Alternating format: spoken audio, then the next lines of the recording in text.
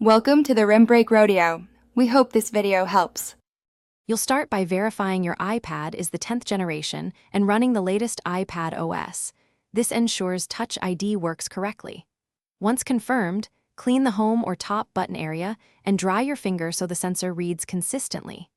Now open Settings, tap Touch ID and passcode and enter your passcode.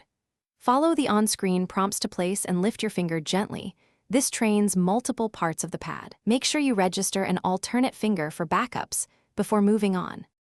Continue enrollment by varying the finger's position to capture the full fingerprint surface.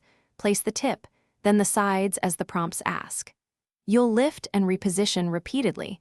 This fills in partial reads so Touch ID recognizes you from different angles. Once a fingerprint reaches full progress, add a second finger such as your thumb. This provides a backup if one hand is busy. Then toggle the switches for iPad Unlock, Apple Pay, and iTunes and App Store so Touch ID integrates with common act. Finish by testing unlocking and a purchase to confirm Touch ID is active. If the sensor fails to recognize your fingerprint, first clean both the sensor and your finger and retry. Moisture, oil, or screen protectors often cause issues. If problems persist, delete the fingerprint and re-enroll, making sure to capture different angles. As a last resort, restart the iPad or install any pending iPad OS updates. These steps resolve most software-related recognition faults and restore reliable Touch ID performance.